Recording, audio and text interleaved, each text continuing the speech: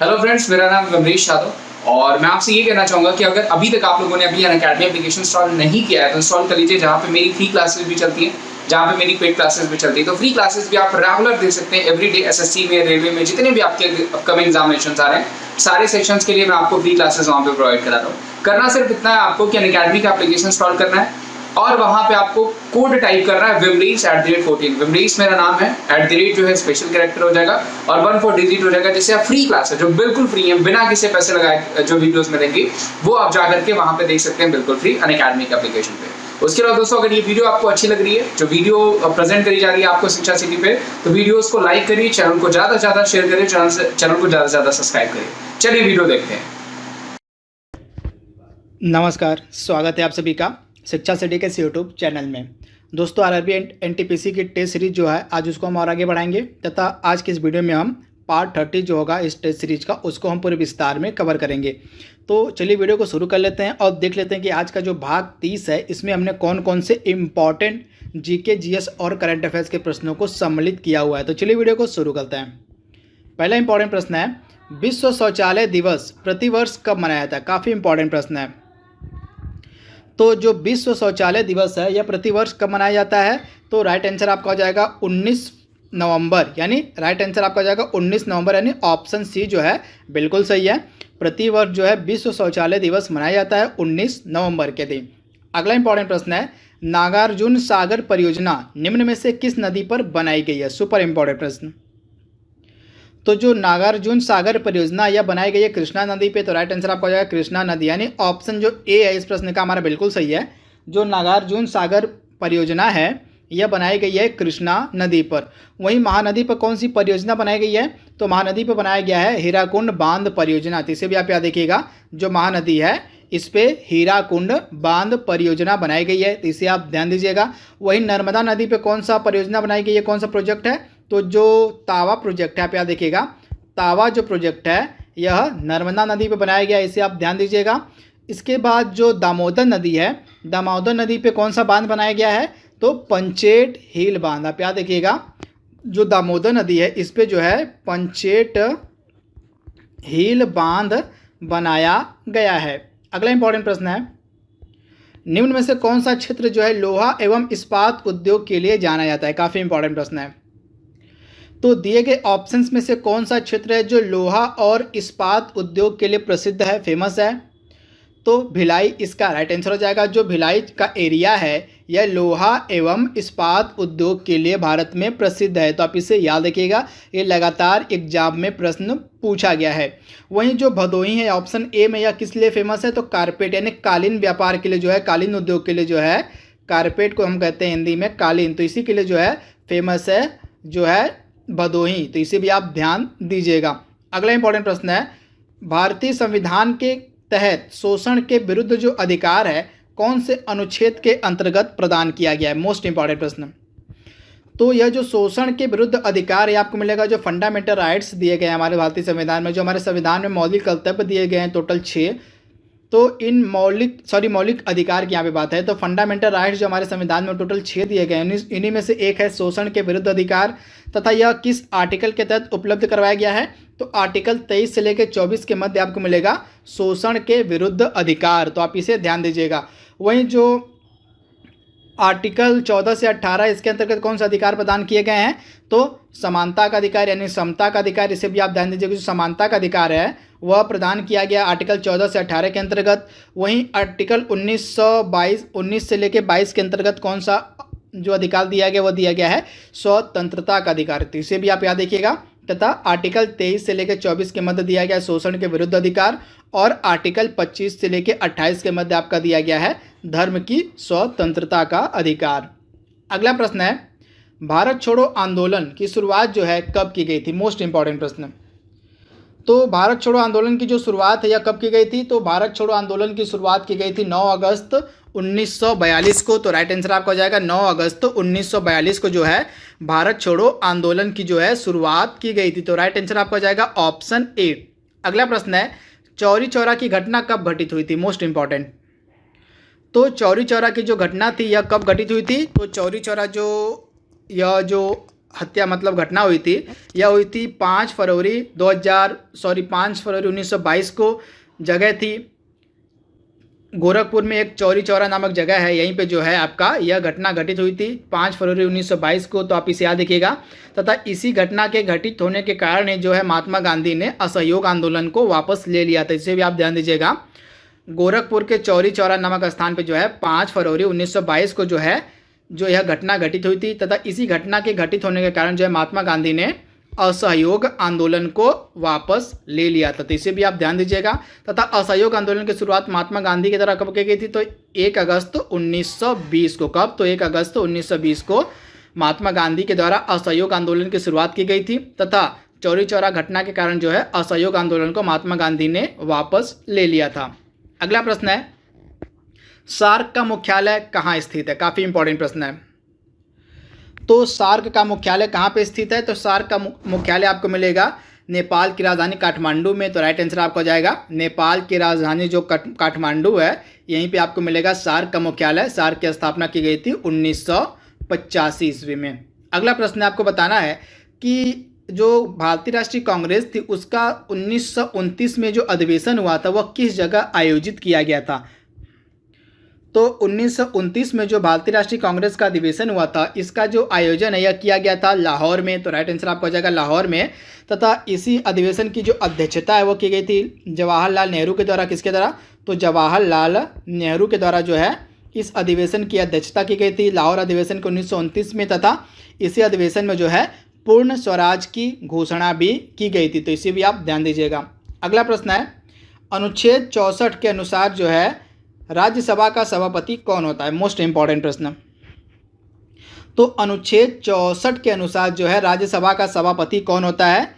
तो राज्यसभा का सभापति कौन होता है? तो उपराष्ट्रपति जो होता है भारत का, वह राज्यसभा का सभापति होता है। प्रेजेंट टाइम में हमारे उपराष्ट्रपति हैं वेंकैया नायडू, तथा ये वर्तमान में राज्यसभा के सभापति हैं। अगला इंपॉर्टेंट प्रश्न है, 2 अक्टूबर 1959 को सर्वप्रथम पंचायती राज व्यवस्था किस जगह से आरंभ की गई थी? तो 2 अक्टूबर 1959 को जो है पंचायती राज व्यवस्था जो सर्वप्रथम आरंभ हुई थी, यह हुई थी नागौर जिला आपको मिलेगा राजस्थान में। तो यहीं से आप याद रखिएगा, राजस्थान के नागौर जिले से जो है 2 अक्टूबर 1959 को जो है सर्वप्रथम पंचायती राज व्यवस्था प्रारंभ हुई थी। तो राइट आंसर आपको हो जाएगा राजस्थान के नागौर जिले से। अगला प्रश्न है, पोलियो का टीका जो है किसके द्वारा विकसित किया गया था? मोस्ट इंपॉर्टेंट प्रश्न। तो पोलियो के टीके का जो विकास है यह किसके द्वारा किया गया था? तो यह जो टीका था विकसित किया गया था जोनास साल्क के द्वारा। किसके द्वारा? तो इनका नाम था जोनास साल्क। तो इन्हीं के द्वारा जो है पोलियो का टीका विकसित किया गया था। अगला प्रश्न है, प्याज के काटने पर आंखों में आंसू जो है किस कारण से आते हैं? काफ़ी इंपॉर्टेंट प्रश्न है। तो प्याज के काटने पर जो आंखों से आंसू आते हैं, यह किस अम्ल के कारण, किसके कारण आते हैं? तो यह अम्ल आपको मिलेगा सल्फेनिक अम्ल। तो राइट आंसर आपका हो जाएगा सल्फेनिक अम्ल के कारण जो है प्याज के काटने पर आंखों से आंसू आते हैं। तो राइट आंसर आपका हो जाएगा सल्फेनिक एसिड। अगला प्रश्न है, वृद्धावस्था का अध्ययन किसके अंतर्गत किया जाता है? मोस्ट इंपॉर्टेंट प्रश्न। तो वृद्धावस्था का जो अध्ययन है वह किसके अंतर्गत किया जाता है? तो जेरेंटोलॉजी। किसके अंतर्गत? तो जेरेंटोलॉजी के अंतर्गत जो है वृद्धावस्था का अध्ययन किया जाता है। 14वां प्रश्न है, सोडियम हाइड्रोक्साइड को किस अन्य नाम से जाना जाता है? तो सोडियम हाइड्रोक्साइड को किस अन्य नाम से हम जानते हैं? तो कास्टिंग सोडा, यानी ऑप्शन जो इसका बी है बिल्कुल सही है। सोडियम हाइड्रोक्साइड को कास्टिंग सोडा के नाम से भी जाना जाता है। अगला प्रश्न है, फाहियान जो था यह किसके शासनकाल में भारत आया हुआ था? तो फाहियान किसके शासनकाल में भारत आया हुआ था? तो चंद्रगुप्त द्वितीय, जिसको हम विक्रमादित्य के नाम से भी जानते हैं। चंद्रगुप्त द्वितीय को विक्रमादित्य के नाम से भी जाना जाता है। तो इसी के शासनकाल में जो है चीनी यात्री जो था फाहियान आया था। तो इसे भी आप याद रखिएगा। तथा एक और प्रसिद्ध चीनी यात्री था जिसका नाम था वेन सॉन्ग। तो वेन सॉन्ग किसके शासनकाल में आया था? तो हर्षवर्धन के शासनकाल में वेन सॉन्ग आया था। अगला प्रश्न है, मानव गुर्दे में जो पथरी होती है प्राय किसकी बनी होती है? तो मानव गुर्दे में जो पथरी होती है यह प्रायः बनी होती है कैल्शियम ऑक्जेलेट की। तो राइट आंसर आपका हो जाएगा कैल्शियम ऑक्जेलेट की। अगला इंपॉर्टेंट प्रश्न है, डेट्रॉयट जो औद्योगिक नगर है यह किस उद्योग के लिए वर्ल्ड फेमस है? काफ़ी इंपॉर्टेंट प्रश्न है। तो डेट्रॉयट जो औद्योगिक नगर या किस उद्योग के लिए फेमस है, तो ऑटोमोबाइल इंडस्ट्री के लिए यह पूरे विश्व में फेमस है डेट्रॉयट। तो आप इसे याद रखिएगा, ऑटोमोबाइल इंडस्ट्री के लिए जो है पूरे विश्व में फेमस है क्या, डेट्रॉयट औद्योगिक नगर। तो आप इसे याद रखिएगा। अगला प्रश्न है, नमकीन क्षेत्र में पाई जाने वाली वनस्पति क्या कहलाती है। तो जो वनस्पतियां नमकीन क्षेत्र में पाई जाती हैं उनको हम कहते हैं हैलोफाइट। तो राइट आंसर आपका हो जाएगा हैलोफाइट, यानी ऑप्शन जो ए है इस प्रश्न का हमारा बिल्कुल सही है। नमकीन क्षेत्र में पाई जाने वाली जितनी भी वनस्पतियां होती हैं उनको हैलोफाइट के नाम से जाना जाता है। अगला प्रश्न है, नामपेन निम्न में से किसकी राजधानी है। मोस्ट इंपॉर्टेंट प्रश्न। तो जो नामपेन है निम्न में से किसकी राजधानी है, तो आप याद रखिएगा, नामपेन कंबोडिया देश की राजधानी है। तो राइट आंसर आपका हो जाएगा कंबोडिया। तो कंबोडिया देश की जो राजधानी है वह नामपेन है। तो यहाँ पे हो जाएगा कंबोडिया। तथा थाईलैंड की राजधानी क्या है, तो थाईलैंड की राजधानी है बैंकॉक। क्या है, तो बैंकॉक जो है थाईलैंड की राजधानी है। वहीं पोलैंड की राजधानी आपको मिलेगी वारसा। क्या है, तो वारसा जो है यह पोलैंड की राजधानी है। और यूक्रेन की राजधानी को कहा जाता है कीव। तो चारों राजधानी आपके दिमाग में होनी चाहिए। पोलैंड की राजधानी को वारसा कहते हैं, यूक्रेन की राजधानी कीव है, थाईलैंड की राजधानी बैंकॉक है और कंबोडिया की राजधानी है नामपेन। अगला प्रश्न है, डायमंड सिटी ऑफ इंडिया किसको कहा जाता है। तो डायमंड सिटी ऑफ इंडिया किसको कहा जाता है, तो सूरत को। तो राइट आंसर आपका हो जाएगा सूरत को जो है डायमंड सिटी ऑफ इंडिया कहा जाता है। तो राइट आंसर आपका हो जाएगा ऑप्शन बी। अगला प्रश्न है, अंतर्राष्ट्रीय प्रसन्नता दिवस यानी कि इंटरनेशनल डे ऑफ हैप्पीनेस बताना है आपको कि किस तिथि को मनाया जाता है। तो अंतर्राष्ट्रीय जो प्रसन्नता दिवस है यह कब मनाया जाता है, तो अंतर्राष्ट्रीय प्रसन्नता दिवस मनाया जाता है प्रतिवर्ष 20 मार्च के दिन। तो राइट आंसर आपका हो जाएगा 20 मार्च के दिन जो है प्रतिवर्ष अंतर्राष्ट्रीय प्रसन्नता दिवस मनाया जाता है। अगला इंपॉर्टेंट प्रश्न है, निम्न में से किस अंतर्राष्ट्रीय संस्थान के द्वारा नमामि गंगे कार्यक्रम के लिए $400 मिलियन का ऋण दिया गया है। तो वह कौन सी अंतर्राष्ट्रीय संस्था है जिसने नमामि गंगे कार्यक्रम के लिए $400 मिलियन का ऋण दिया है, तो यह अंतर्राष्ट्रीय संस्था है वर्ल्ड बैंक। यानी ऑप्शन जो इसका बी है बिल्कुल सही है, वर्ल्ड बैंक के द्वारा जो है $400 मिलियन का ऋण दिया गया है नमामि गंगे कार्यक्रम को। अगला प्रश्न है, हाल ही में सरोज खान का निधन हो गया है, इनका संबंध निम्नलिखित में से किस क्षेत्र से था। तो हाल ही में सरोज खान का निधन हो गया, यह एक प्रसिद्ध क्या थी, तो कोरियोग्राफर थी। तो राइट आंसर आपका हो जाएगा कोरियोग्राफर। तथा इन्होंने 3 नेशनल अवार्ड भी जीता हुआ है। इससे आप ध्यान दीजिएगा, जो सरोज खान थी इन्होंने 3 नेशनल अवार्ड भी जीता हुआ है। अगला इंपॉर्टेंट है, वर्तमान में ICICI बैंक का MD यानी कि प्रबंध निदेशक कौन है। तो वर्तमान में ICICI बैंक का जो प्रबंध निदेशक है वह है संदीप बख्शी। यानी ऑप्शन जो बी है हमारा बिल्कुल सही है, संदीप बख्शी जो है ये वर्तमान में ICICI बैंक के प्रबंध निदेशक हैं वर्तमान में। अगला प्रश्न है, जो उड़ीसा राज्य है यह अपना स्थापना दिवस कब मनाता है। तो उड़ीसा राज्य जो है अपना स्थापना दिवस मनाता है प्रतिवर्ष 1 अप्रैल के दिन। किस नाम से, तो उत्कल दिवस के नाम से जो है, उत्कल दिवस के नाम से जो है उड़ीसा अपना स्थापना दिवस मनाता है। तो इसे भी आप ध्यान दीजिएगा, उत्कल दिवस के नाम से जो है उड़ीसा प्रतिवर्ष अपना स्थापना दिवस मनाता है। अगला इंपॉर्टेंट प्रश्न है, जो ब्रॉन्क्स जू है यह कहाँ पे स्थित है। काफ़ी इंपॉर्टेंट प्रश्न है। तो ब्रॉन्क्स जू कहाँ पे स्थित है, तो यह जो चिड़ियाघर है आपको मिलेगा न्यूयॉर्क में। तथा यह न्यूज में क्यों था, क्योंकि यहाँ पे एक बाघ था जिसका नाम था नादिया बाघ। यहाँ का एक बाघ था, इस चिड़ियाघर में एक बाघ था जिसका नाम था नादिया बाघ। तथा यह पहला बाघ था जो कोरोना वायरस पॉजिटिव पाया गया था। तो इस कारण से यह न्यूज में था। तो इसे भी आप ध्यान दीजिएगा। अगला इंपॉर्टेंट है, हाल ही में देवी अहिल्याबाई अंतर्राष्ट्रीय हवाई अड्डे से पहले जो अंतर्राष्ट्रीय उड़ान थी यह इंदौर से किस शहर के, मतलब कहाँ, इंदौर से कहाँ तक उड़ी गई, मतलब उड़ाई गई, आपको बताना है। तो देवी अहिल्याबाई अंतर्राष्ट्रीय हवाई अड्डे से जो पहली उड़ान थी यह कहाँ से कहाँ तक भरी गई थी, तो इंदौर से लेकर दुबई के मध्य जो है पहली अंतर्राष्ट्रीय उड़ान भरी गई थी देवी अहिल्याबाई अंतर्राष्ट्रीय हवाई अड्डे से। तो इसका राइट आंसर आपका हो जाएगा ऑप्शन बी, इंदौर से लेकर दुबई। अगला इंपॉर्टेंट प्रश्न है, हाल ही में कोरोना वायरस के चलते विश्व प्रसिद्ध जो है श्रावणी मेला था, इसका आयोजन रद्द कर दिया गया। तो आपको बताना है कि इस मेले का आयोजन किस राज्य में किया जाता है।